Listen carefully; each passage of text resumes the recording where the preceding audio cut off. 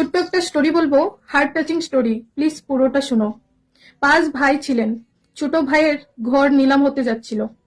বড় ভাই জানতে পেরে 3 ভাইকে ফোন করলো আর বলল যে আজকে জানিস কি হতে চলেছে, আজকে ভাইয়ের ঘরটা নিলাম হতে চলেছে। আমার কাছে টাকা পয়সা তো নাই, যদিও আমি সর্বস্ব দিয়ে আমার বাবার প্রপার্টিকে রক্ষা করতে চেষ্টা করব। তোরা যদি যেতে চাস তবে চলে আয়। 3 ভাই উত্তর দিল যে খারাপ পথে চললে তো খারাপ হবেই, কিন্তু তখন বড় ভাই বলল যে আমি জানি সে খারাপ পথে যায়নি, শত্রুপক্ষেরা মিলে ওর ব্যবসাকে ডুবিয়ে দেওয়ার চেষ্টা করেছে। তোরা যদি যেতে চাস তবে চলে আয়। তখন 4 ভাই মিলে ছোট ভাইয়ের বাড়িতে গেল।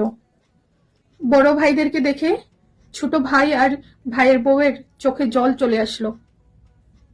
তখন বড় ভাই বলে উঠল, তোদের চোখের জল আমাকে কষ্ট দিচ্ছে, তোরা কাঁদবি না, আমরা চলে এসেছি, এখন সব ঠিক হয়ে যাবে। তারপর 5 ভাই মিলে প্রপার্টির সব কাগজপত্র নিয়ে ব্যাংকে চলে গেল, আর বাড়িটাকেও নিলাম হতে দিল না, রক্ষা করে নিল। পরিবার তো পরিবারই হয়, নিজের লোক সবসময় নিজেরই হয়। নিজের লোক যদি একসাথে থাকে তাহলে শত্রুপক্ষেরও আর কিচ্ছু করার থাকে না।